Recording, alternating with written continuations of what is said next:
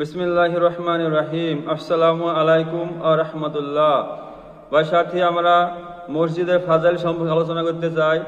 হযরত আবু হুরায়রা রাদিয়াল্লাহু তাআলা আনহু হইতে বর্ণিত আছে যে রাসূলুল্লাহ সাল্লাল্লাহু আলাইহি ওয়াসাল্লাম ইরশাদ করিয়াছেন, আল্লাহ তাআলার নিকট সমস্ত স্থান হইতে সর্বাধিক প্রিয় স্থান হইল মসজিদ সমূহ, আর সর্বাধিক অপ্রিয় স্থান হইল বাজার সমূহ। আল্লাহর কাছে সব থেকে পছন্দের জায়গা আছে মসজিদ, আর সব থেকে খারাপ জায়গা বাজার। ওই জন্য মসজিদে মুমিনের সম্পর্ক হতে হবে মসজিদের সহিত। মুমিন বাজারে সবসময় বেশি সময় লাগাবে না, বাজারে যাবে প্রয়োজনীয় দরকার হয়ে গেলে আবার ফিরে আসতে হবে। হযরত ইবনে আব্বাস রাদিয়াল্লাহু আনহু বলেন, মসজিদ সমূহ জমিনের বুকে আল্লাহ তাআলার ঘর। এইগুলি আসমানবাসীদের নিকট এরূপ চমকায় যেরূপ জমিনবাসীদের নিকট আসমানের তারকা সমূহ চমকায়। হযরত ওমর ইবনে খাত্তাব রাদিয়াল্লাহু আনহু বলেন, আমি রাসূলুল্লাহ সাল্লাল্লাহু আলাইহি ওয়াসাল্লামকে এই ইরশাদ করিতে শুনিয়াছি যে, যে ব্যক্তি এমন কোন মসজিদ বানায় যাহাতে আল্লাহ তাআলার নাম লওয়া হয়, তবে আল্লাহ তাআলা তাহার জন্য জান্নাতে একটি মহল তৈয়ার করিয়া দেন। সুবহানাল্লাহ। তাহলে মসজিদ বানালে কি হবে? আল্লাহ সুবহানাহু ওয়া তাআলা তার জন্য জান্নাতে একটা মহল তৈরি করবে। ওই জন্য আমাদেরকে মসজিদ বানাইতে হবে, মসজিদের সময় লাগাইতে হবে, মসজিদের সহিত জুড়ে থাকতে হবে। মুমিনের সম্পর্ক হতে হবে মসজিদের সহিত। যেন প্রত্যেক ফিকির করবো ভাই ইনশাআল্লাহ। হযরত আবু সাঈদ খুদরি রাদিয়াল্লাহু আনহু হইতে বর্ণিত আছে যে রাসূলুল্লাহ সাল্লাল্লাহু আলাইহি ওয়াসাল্লাম ইরশাদ করিয়াছেন, যে ব্যক্তি মসজিদের সহিত মহব্বত রাখে আল্লাহ তাআলাও তাহাকে মহব্বত করেন। সুবহানাল্লাহ। মসজিদকে মহব্বত করলে আল্লাহ পাকও তাহাকে মহব্বত করবে।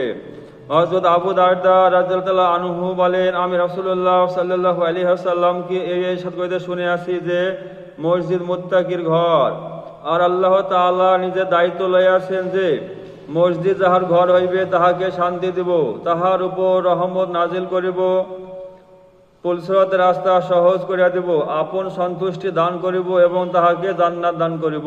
সুবহানাল্লাহ। তাহলে ভাই মসজিদে বেশি সময় লাগালে, মসজিদে থাকলে কি বলছে আল্লাহর রাসূল, তাকে 5টা পুরস্কার দিবে। 1 নম্বর কি দিবে? তার দিলে শান্তি দিবে। তার দিলে শান্তি। আজকে আমাদের টাকা পয়সা গাড়ি বাড়ি আছে, কিন্তু শান্তি নাই, মনে অশান্তি। তো মসজিদে সময় লাগালে প্রথম যে পুরস্কার কি বললো? তার দিলে কি শান্তি দান করবে, তারপরে রহমত কি নাজিল করবে, আর কি তার জন্য পুলসরাতের রাস্তা সহজ করিয়া দিবে, আর আপন সন্তুষ্ট দান করবে। আল্লাহ পাক তার প্রতি সন্তুষ্ট হবে এবং তাহাকে কি জান্নাত দান করবে। সুবহানাল্লাহ। তাহলে এতগুলো পুরস্কার কার জন্য? যে ব্যক্তি বেশি বেশি সময় মসজিদে থাকবে, মসজিদকে যে আপন ঘর বানাইবে। ওই জন্য ভাই মুমিনের সম্পর্ক হয়ে যাবে মসজিদের সহিত। মুমিনের দিলে শান্তি আছে মসজিদে, যেমন মাছের শান্তি আছে কোথায়? পানিতে। ওই জন্যে মুমিন কি মসজিদে আসলে কি শান্তি পাবে। আর মুনাফিকরা মসজিদে এসে কি শর্টপাট করবে। মুনাফিকদের জন্য মসজিদ তেমন খাঁচায় পুরা পাখি, যেমন খাঁচায় পাখি দিলে কেমন হয়? ছটপট করে কিনা বাড়ানোর জন্য কি মন টিকে না, ছটপট করে কোর বাড়াবো বাড়াবো, ছটপট করে। যারা কি মুনাফিক, তারা কি মসজিদে ভালো লাগবে না, এদের ভালো জিনিস ভালো লাগবে না। কেননা এরা রোগী, এদের কি ইমানে রোগ হয়েছে, এদের ইমানে কি কমজোর দুর্বল, যার জন্য এদের ভালো জায়গায় ভালো লাগবে না, খারাপ জায়গায় ভালো লাগবে। যেমন মানুষের জ্বর আসলে কি হয়? মানুষের জ্বর আসলে ভালো ভালো খাবারটা ভালো লাগে না, বললে ভালো আছে না, পেংসি স্বাদ না, কি তো এই বলে কি না, তাহলে কি খাবারের কি স্বাদ উঠে যায় কি না? খাবার তো ঠিকই থাকে, কিন্তু ও কি জ্বরেছে, ও বিমার, ও কি ভালো জিনিস ভালো লাগে না। তো অনুরূপভাবে যদি আমাদের ইমান যদি ঠিক থাকে, তো মসজিদে থাকতে ভালো লাগবে, মসজিদের সময় লাগবে। আজকে আফসোস, এই মুসলমানের সময় লাগতে হবে মসজিদে, কিন্তু সে সময় লাগাচ্ছে বাজারে।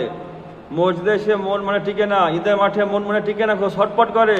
এই জন্য কি জাতি আজকে মার খাচ্ছে সারা বিশ্বে। আজকে যে কি মুসলমান কি অবহেলিত, কি লাঞ্ছিত, কেন? এই একমাত্র মসজিদ খেয়ে ছেড়ে দেওয়ার জন্য। আজকে আমরা মসজিদে কয় % লোক আসে? মসজিদে আসে খুব বেশি 10%, আর বাকি 90% মসজিদের বাইরে। আল্লাহ রাসূল সাল্লাল্লাহু আলাইহি ওয়াসাল্লাম জামানায় কি হতো? 100-র মধ্যে 100ই কি মসজিদে আসতো? বল কি 100-র মধ্যে 105%, 10% কি মসজিদে আসতো? এ আবার কি করে সম্ভব? 100-র মধ্যে 105% কি করে হয়? প্রশ্ন জাগে কিনা? তো ভাই, যারা মুসলমান ইমানদার, এরা তো মসজিদে আসতোই। এবং যারা মুনাফিক, প্রকাশ্য মুনাফিকরা কিন্তু ভাই ইমানদার নয়, ওরা মুনাফিক। তো মুনাফিকরাও কি এই মসজিদে আসতো, আল্লাহ রাসূল সাল্লাল্লাহু আলাইহি সাল্লামের সঙ্গে একসঙ্গে কাতারে কি নামাজ পড়তো। তাহলে যদি মনে করেন যে 100 মধ্যে 100 কি মানে মুসলমান ইমানদার কি নামাজ পড়ছে মসজিদে এসে, তার সঙ্গে কি যাতে ইমান নাই অমুসলমান মানে কি মুনাফিক এরাও কি 5টা 10টা এসেছে, তো কি হয়েছে 100 মধ্যে 100 5-10টা হলো কিনা। আর আজকে আমরা মুসলমান দাবি করছি, কিন্তু আজকে আমরা মসজিদে আসছি কয় পার্সেন্ট, খুব বেশি হলে 10%, বাকি 90টা মানুষ মসজিদের বাইরে। তো ভাই এমন তো অবস্থায় এই মানে মুসলমানদের টিকে আছে আমরা দুনিয়াতে না একমাত্র আল্লাহ পাকের মানে কি ভালোবাসা, আল্লাহ রসুলের দোয়ার মানে বরকতে। আল্লাহ রসুল সাল্লাল্লাহু আলাইহি সাল্লাম দোয়া করেছিল আল্লাহর কাছে যে আল্লাহ আমার এই উম্মতকে সমূল্যে বিনাশ করে দিও না। এবং আগেকার নবীদের জামানার মতন কি যে মানে বন্যা দিয়ে বা হয়তো মানে খরা দিয়ে বা কি কোনো মানে আসমানি গজব দিয়ে শেষ করে দিও না, এই দোয়া করেছিল আমরা আপনার নবী মুহাম্মদ মুস্তাফা সাল্লাল্লাহু আলাইহি সাল্লাম। তা আল্লাহ পাক এই দোয়া কবুল করেছেন, যার জন্য এ সমূল্যের বিনাশ হবে না। আর দোয়া কি করেছিল যে আল্লাহ এই আমার উম্মতের জন্য এমন যেন কোনো বাদশাহ নিযুক্ত না হয় যিনারা কি করবে এই উম্মতকে কি সমূল্য বিনাশ করে দেবে, এমন যেন না হয়। তো এই দোয়া আল্লাহ কবুল করেছে। তো ভাই জাতি মানে কি গায়ের কম অমুসলমান জাতি মানে কি দাবাদাবি করুক, কিন্তু মুসলমানকে পৃথিবী থেকে মিটাইতে পারবে না। কিন্তু আমাদের ভুলের জন্য আমাদের কমজোরের জন্য আজকে আমরা মসজিদ থেকে দূরে থাকার জন্য কিছু হয়তো আমাদের পানিশমেন্ট হইতে হবে, মার খেতে হবে।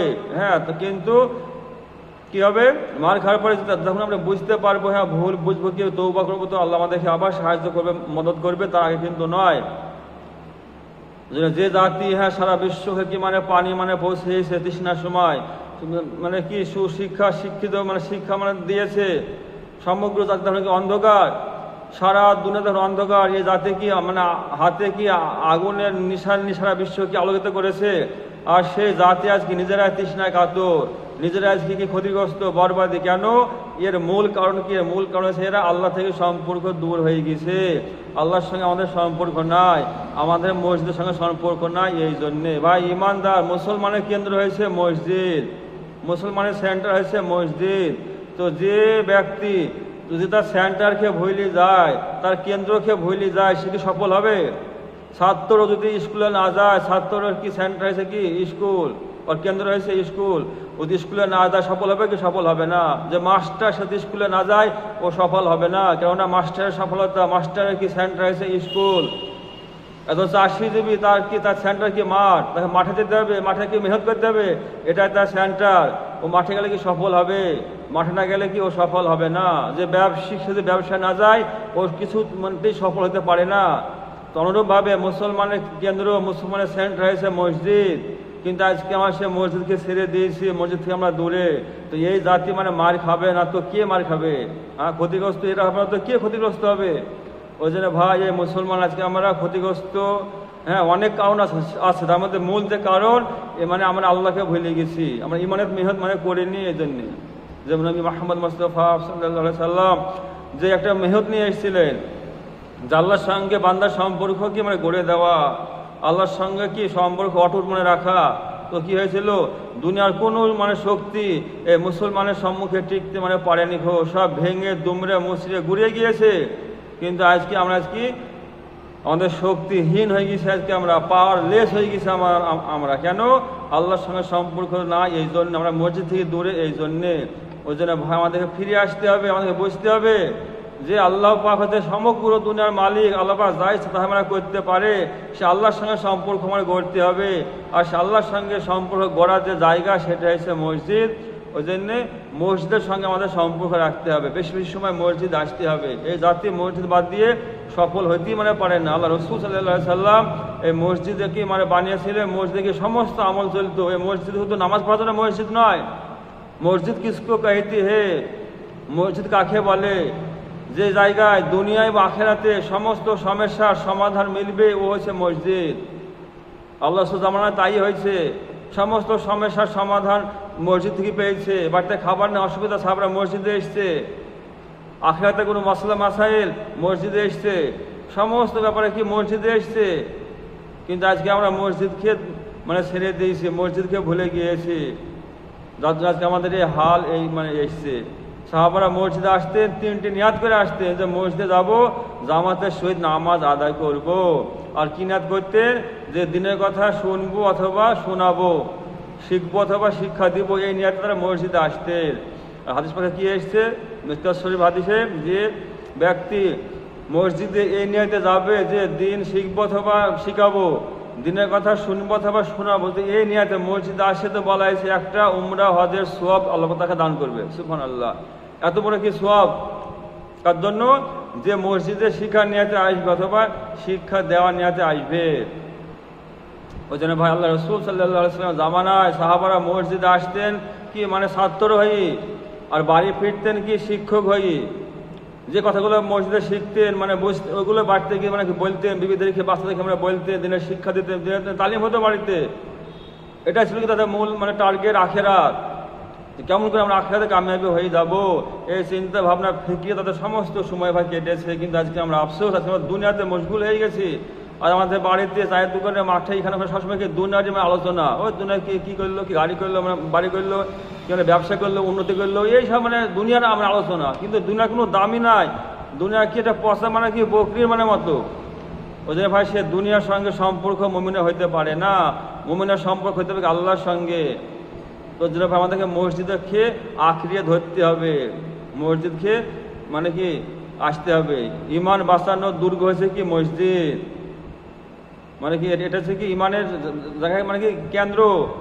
এটা হচ্ছে কি মানে ওই বাঁশের কেল্লা ছিল না, তিতুমিরের যে বাঁশের কেল্লা ছিল, তার মানে কি আমার ডেরা এসে গেলে কি আমি নিরাপদ হয়ে গেলাম কিনা। তো মুসলমান কি মসজিদে আসলে কি নিরাপদ হয়ে গেল, শয়তান থেকে কি নিরাপদের জায়গা আছে মসজিদ। ওই জন্য ভাই আমাদেরকে মসজিদের সঙ্গে জড়তে হবে, যে ভাইরা আসে না দেখে বলতে হবে শুধু নামাজ পড়ে চলে গেলাম এর জন্য মসজিদ নাই। মসজিদ আসতে হবে, বসতে হবে, মসজিদে কি চিন্তা ভাবনা ফিকির হবে, যে এই মহল্লা কে কে নামাজ পড়তে আসে না তাকে কি করে আনা যায়, তার একটা চিন্তা ভাবনা ফিকির হবে। এই মহল্লা কি অসুস্থ, তার মানে চিকিৎসার ব্যবস্থা করতে হবে, প্রয়োজনে কি মানে পরামর্শ মানে দিতে হবে, প্রয়োজন অর্থ দিয়ে সাহায্য সহযোগিতা করতে হবে। 10 লাঠি একের বোঝা, অসুস্থ হয়েছে একজন মানে এলাকার মানুষ, গরিব মানুষ অসহায়, আর আমরা এত বড় মহল্লায় যত 200 ঘর 800 ঘরে বাস, সবাই মিলে হেল্প করলে কী হবে, ওই মানে সমস্যা মানে সলভ হবে কিনা, হয়তো বাধ্য কিনা। ওই জন্য ভাই শুধু নামাজ পড়ার জন্য মসজিদ নয়, মসজিদ তো দুনিয়ায় বা আখেরাতে সমস্ত সমস্যার সমাধানের জায়গা।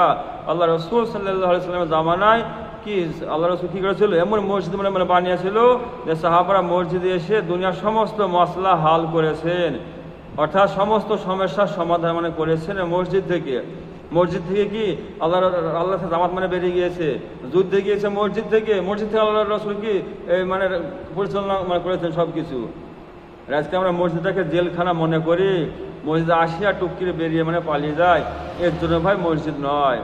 কি করবো ভাই ইনশাল্লাহ, ওই জন্য মসজিদকে সুন্দর মানে রাখতে হবে, পরিষ্কার পরিচ্ছন্ন রাখতে হবে। হ্যাঁ, মসজিদে খোরাক হয়েছে কি মুসল্লি, মসজিদে খোরাক মুসল্লি। হাদিস পাকে এসছে যে কিয়ামতের মাঠে এত ফেরেশতা ঘোষণা দিবে, আল্লাহ পাক ঘোষণা দিবে যে আমার প্রতিবেশীরা কোথায়। কিয়ামতের মাঠে আল্লাহ পাক কি বলবে যে আমার প্রতিবেশীরা কোথায়।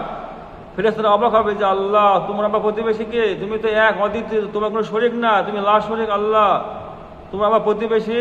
তো আল্লাহ পাক কি বলবে যে যারা দুনিয়াতে মসজিদকে আবাদ করতো তারা হচ্ছে আমার প্রতিবেশী, তারা কোথায়।